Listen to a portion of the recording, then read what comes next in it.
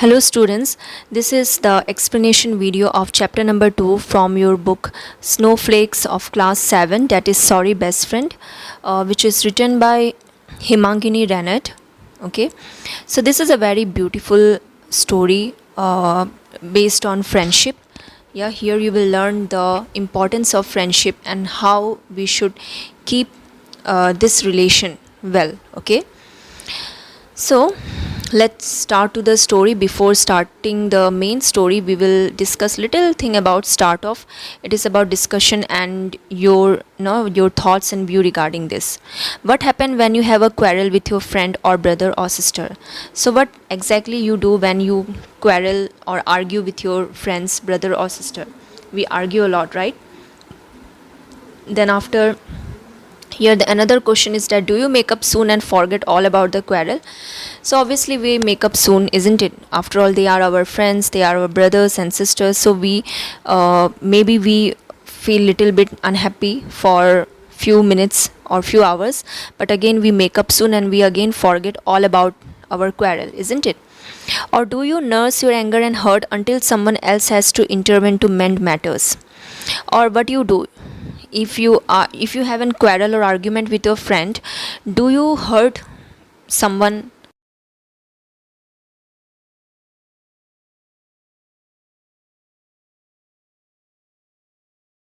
come and to solve your matter? Do you do like this, or you sort out your matter by your own? You discuss among yourself. Here it is written discuss in class, but you discuss among yourself what you do and what is right to do if something like this happened with you. Okay, so let's move to the beautiful story. They had just arrived in Mumbai. The school were still closed, so when mummy began going to office, he stayed at home by himself. So here we are discussing about one family, one small family, and who are the member in the family you will know later. Okay, I'm going to explain the story in Hindi for your better understanding. So वो लोग कुछ दिन पहले ही मुंबई पहुँचे थे, मुंबई आ चुके थे, और उस समय क्या था, स्कूल भी बंद था. ओके, और मम्मी को भी ऑफिस जाना था. सो इसीलिए उसको मतलब कि अकेले घर पे रहना था. ठीक है, चूँकि मम्मी ऑफिस जा रही है तो उसको अकेले घर पे रहना था. तो इससे हम लोग क्या पता चलता है कि कितने फैमिली मेम्बर्स है. मम्मी होंगी और एक कोई होगा. अब वो कौन है हम लोग को पता चलेगा. Of course, mummy was not happy to leave him alone. But what else could she do? So mummy को भी उसको अकेले छोड़कर काम में जाना अच्छा नहीं लगता था, मगर वो कर भी क्या सकती थी. ठीक है, यहाँ पे और कोई नहीं था कमाने वाला, सो मम्मी को ऑफिस जाना ही पड़ता था.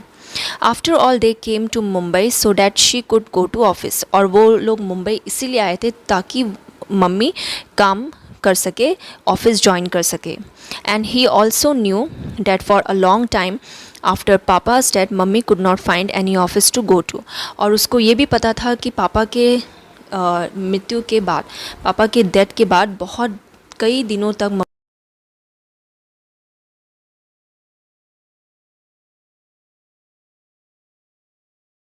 Sonu explain to mummy. So here the another character is Sonu. So वहाँ पे कौन थे फैमिली मेम्बर? दो, एक तो मम्मा थी और एक सोनू. ठीक है, सोनू एक छोटा सा लड़का था.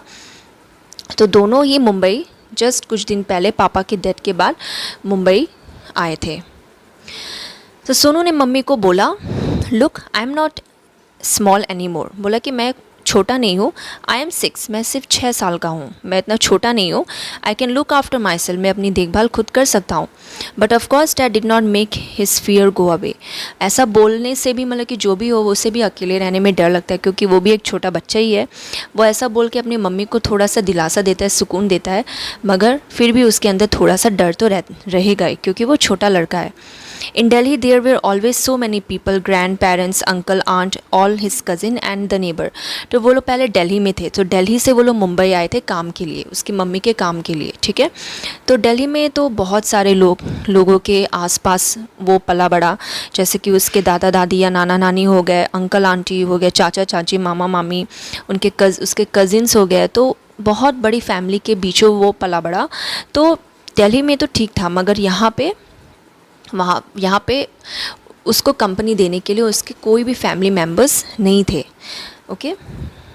और वहाँ पे नेबर्स भी थे, एंड द नेबर्स, पड़ोस, आस पड़ोस के लोग भी थे। Mummy always gave all kind of instruction before leaving. Don't open the door except for by, and if there is a knock, first find out who it is. Don't lean out of the balcony. Don't turn on the gas. Be sure to have lunch on time.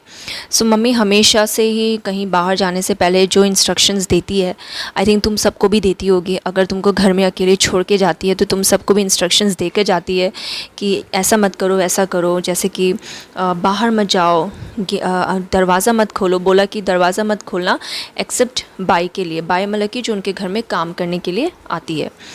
और बोला कि there is a knock, first find out, वहाँ पे एक knock है जिससे देख सकते हो कि कौन आया है। जब पता चले बाई आई है तभी जाके दरवाज़ा खोलना। और बेलकोनी से बाहर झांकना मत, गैस को ऑन मत करना, अपना लंच टाइम पे लेना। सो इस तरह के instruction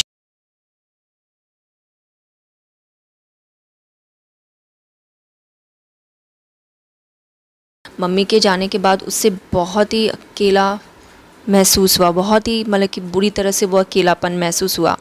he watch TV for a while और read on the balcony, then he would look down to see what was happening below on the road, and then eating and then sleeping, but else was there to do all alone.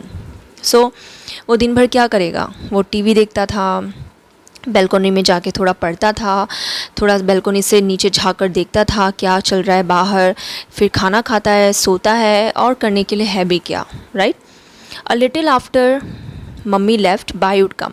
So mummy के जाने के कुछ समय बाद ही जो उनके घर में काम करने वाली जो बाई रखी हुई थी वो आती है। And when her work was finish she too left, और जब उनका भी काम ख़त्म हो जाता था तो वो भी चली जाती थी। Everything was silent next door as well, तो पूरा मतलब कि एकदम साइलेंट ही साइलेंट था उसके घर में, मतलब कि कोई नहीं था उसके साथ खेलने को, बातें करने को, ठीक है। The people who live there were away all day, तो उसके जो आस पड़ोस में जो भी रहते थे वो लोग भी मतलब कि काम के सिलसिले में बाहर चले जाते थे। सो एकदम दूसरे दरवाजे तक, दूसरे के घर के दरवाजे तक पूरी साइलेंट ही साइलेंट थी, कहीं भी कोई हल्ला गुल्ला कोई कुछ नहीं था, ठीक है। Now next move to page number 10. Next page. When mummy returned in the evening, she would take Sonu for a walk, but she had been too tired to answer his questions. She would answer one or two and then stop. So जब mummy वापस office से घर आती थी शाम को, तो वो हमेशा सोनू को इवनिंग वॉक के लिए लेकर जाती थी। और चूँकि वो बहुत ही मतलब कि थक जाती थी ऑफिस में पूरा दिन काम करके, तो सोनू जो भी क्वेश्चंस पूछता था एक्साइटमेंट में, चूँकि छोटा बच्चा था तो उसके माइंड में बहुत सारे क्वेश्चंस आते थे। तो सोनू जब भी कोई भी क्वेश्चंस पूछता था तो मम्मी उसके question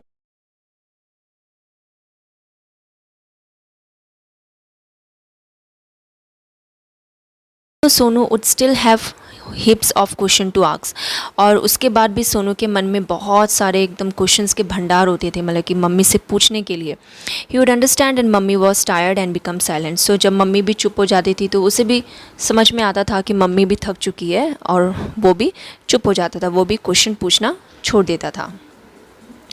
one day Bai brought her little girl along, she said to her sternly, stay there and not a word out of you.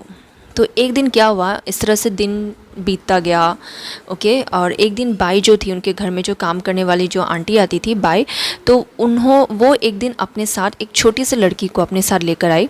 और जो बाई थी उन्होंने उस लड़की को एकदम मतलब कि कठोरता से बोला कि तुम यहीं पे रहना और एक शब्द भी बोलना मत, कुछ भी नहीं बोलोगी, चुपचाप यहीं पे खड़ी रहना, ठीक है।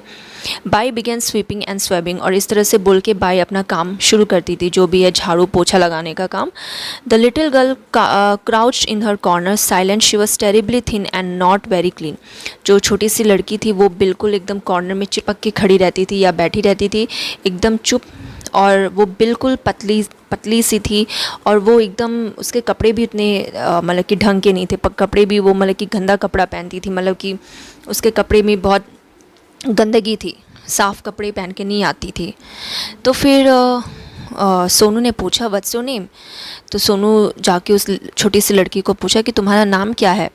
The little girl just look frighten, और वो छोटी सी लड़की एकदम डर जाती थी, मतलब कि वो ज़्यादा बात नहीं करती थी। तो फिर वो सोनू फिर से बोला, अरे टेल मी योर नेम, अरे बताओ तो अपना नाम क्या है, तुम्हारा नाम क्या है। बाई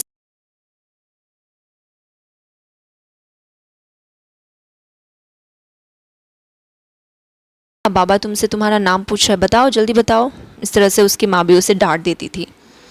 तो फिर वो धीरे से बोलती थी रहीमन। उसका नाम क्या था, छोटी सी लड़की का नाम क्या था, रहीमन। सो वो भी सोनू के एज की ही होगी, अराउंड 5 और 6 year old. Okay, so do you go to school, तो वो पूछा, सोनू ने पूछा कि क्या तुम स्कूल जाती हो। सो उसने अपना सर ना की तरफ हिलाते हुए बोला नहीं। तो सोनू ने पूछा वाई नॉट, क्यों नहीं जाती हो। I will be going to school soon a very big one, तो बोला कि मैं तो बहुत जल्दी स्कूल जाने वाला हूँ और वो स्कूल भी बहुत बड़ा है। तो बाई ने बोला how can she go to school बाबा, she does all the house work, तो बोला वो स्कूल कैसे जा सकती है, उसे घर का काम करना पड़ता है। इस तरह से बाई ने आंसर दिया सोनू को, the house work but she is still small, तो सोनू ने बोला कि घर का काम, मगर ये तो अभी बहुत छोटी है। उसे भी समझ में आ गया, ठीक है। तो Sonu wanted to take her to his room and show her his toys and books, but she refused to budge. Finally, Sonu brought some of his toys to where she sat. She looked at them then. तो सोनू मतलब कि उसको अपने room में लेकर जाना चाहता था, अपने खिलौने दिखाना चाहता था, बुक्स दिखाना चाहता था, मगर वो मतलब कि वहाँ से हिलना बिल्कुल नहीं चाहती थी, क्योंकि उसकी मम्मी ने इसको स्ट्रिक्टली बोल के रखा था कि वहाँ पे जाके बदमाशी नहीं करना है, बिल्कुल जैसे हो वैसे, मतलब जैसा जहाँ पे बोला है वहीं पे रहना है। तो वो मतलब कि सोनू के बुलाने पर भी उसके रूम में नहीं गई। तो सोनू ने फाइनली अपने जो टॉयज़ व जो बुक्स है वही उसके पास लेकर आ गया और वो एकटक सब चीज़ों को देखने लगी। When Bai was about to leave, Sonu said quickly, "Please bring her again tomorrow." तो बाई जब अपना काम वाम ख़त्म करके मतलब कि सोनू के घर से निकलने लगी, तो सोनू ने फटाक से बोला कि आंटी आप इसे फिर से कल लाना, ठीक है। तो मतलब कि क्या है कि सोनू के एज की थी, so he got company, he also all throughout the day he felt very very bore. तो उसको खेलने के लिए कोई चाहिए, मतलब कि उसके साथ कोई फ्रेंड्स वगैरह जो भी है। तो जब मतलब कि उसने रहीमान को देखा, उसके ही जो एज की लड़की थी, तो उसे अच्छा लगा कि चलो खेलने के लिए कोई तो है, बातें करने के लिए कोई है। So that's why he asked her to bring Rahiman again. Bai just smiled and went to the door. So ये सुन के बाई ने एक स्माइल दी और वो दरवाजे से बाहर निकल गई। But Rahiman turn back to look at Sonu, और रहीमान ने भी मुड़ के सोनू की तरफ देखा। The door closed and Sonu ran to the balcony in wave bye bye. So Sonu जैसे ही दरवाज़ा बंद हुआ, सोनू जाके बेल्कोनी की तरफ गया और वहाँ पे ऊपर से वो नीचे रहीमान को बाय बाय देने लगा। Rahiman looked up but did not wave back. So Rahiman ने ऊपर मुड़ के देखा, मगर उसने उसको रिटर्न मतलब कि उसको बाय बाय नहीं दिया, ठीक है। That evening Sonu had so much to tell mummy. As mummy looked at his excited face, a thought struck her. So Sonu उस शाम सोनू को मतलब कि मम्मी को बताने के लिए बहुत कुछ था, ठीक है। और मम्मी भी उसके जो फेस था, उसका एक्साइटमेंट वाला जो फेस था, वो देख के मम्मी ने भी कुछ सोचा। क्या सोचा, let's see. So now we are in page number.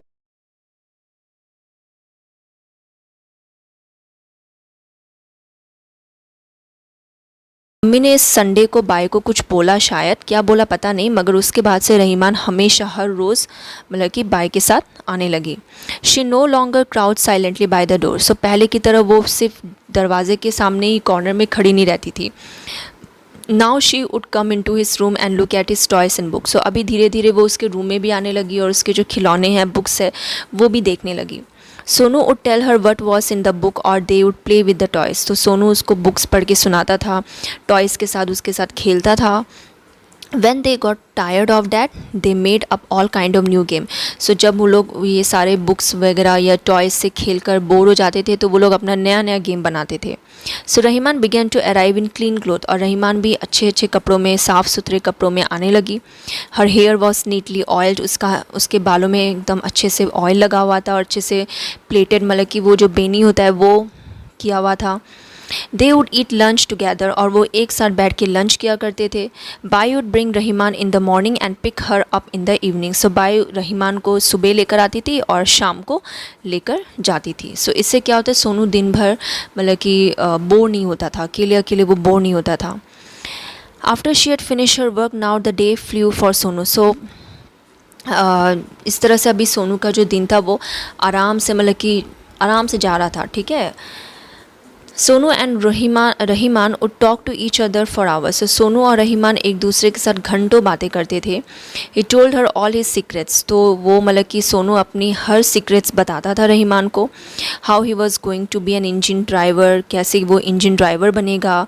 How his father had been the best in the world, उसके पापा उसके लिए कैसे बहुत बेस्ट फादर थे वर्ल्ड के। And all about his lovely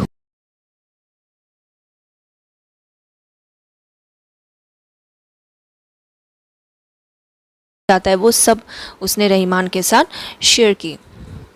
do you know mummy, I am Rahiman's best friend. So जब mummy घर शाम को आई तो मम्मी को बोला कि मम्मी आपको पता है मैं रहीमान का बेस्ट फ्रेंड हूँ। He told his mother and when I become an engine driver I am going to give her ride all the time. और बोला कि मैं जब इंजन ड्राइवर बनूंगा तो मैं उसको हमेशा हर रोज़ राइड पे लेकर जाऊँगा। सो इस तरह से वो अपने मम्मी को बताता था। The holidays were almost over. सभी हॉलीडेज़ जो थे उसके वो भी ख़त्म होने वाले थे।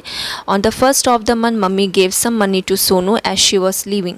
सो जो पहला जो महीना था वो ख़त्म होने वाला था और मम्मी ने सोनू के हाथ में कुछ पैसे पकड़ाए मतलब कि ऑफिस जाने से पहले, और बोला कि इसे संभाल के रखो, जब बाई आएगी तो तुम उनको दे देना, ये उनकी सैलरी है। देन टेकिंग आउट सम मोर नोट्स, और फिर से वो एक्स्ट्रा कुछ पैसे निकाल के बोला कि ये रहीमान को भी दे देना, ठीक है। तो मम्मी ने रहीमान और बाई दोनों को पैसे देने के लिए कहा। तो फिर सोनू ने पूछा वाई रहीमान मम्मी, तो बोला रहीमान को क्यों। Why, well doesn't she come here every day to play with you, smile mummy. तो मम्मी ने बोला कि क्यों, रहीमान यहाँ पे हर रोज़ तुम्हारे साथ खेलने के लिए नहीं आती है। देन वो शॉक्ड होके बोला what, did Rahiman play with him because mummy paid her too. तो मतलब कि वो सोचने लगा कि ओ रहीमान इसलिए आती है क्योंकि मम्मी उसको पे करती है यहाँ आने के लिए।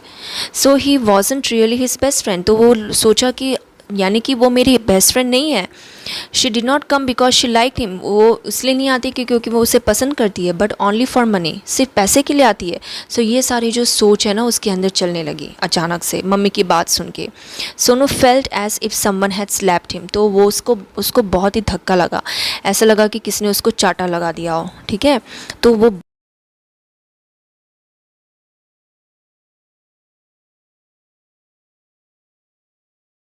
असली बेस्ट फ्रेंड नहीं है, ठीक है।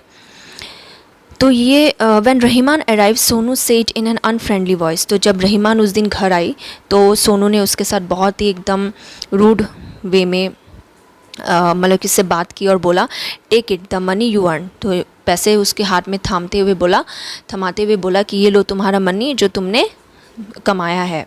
But it was by who quickly grab the money from his hand. तो जो बाय है वो फटाक से रहीमान के हाथ से वो पैसे ले लेती है। That day Sonu did not speak to Rahiman और प्ले विथ हर। तो उस दिन मतलब कि सोनू रहीमान से बातें भी नहीं किया और उसके साथ खेला भी नहीं। He went with his books to his own corner. वो अपना बुक लेकर कॉर्नर में किसी एक कोने में कमरे के कोने में जाके पढ़ने लगा। And when Rahiman playfully try to snatch his book away he flew at her. और रहीमान जब मतलब कि थोड़ा सा मजाक में उससे उसका जो बुक है मतलब। So I will end the explanation up to here. For the rest of the explanation, please keep watching my videos. So till then, bye bye.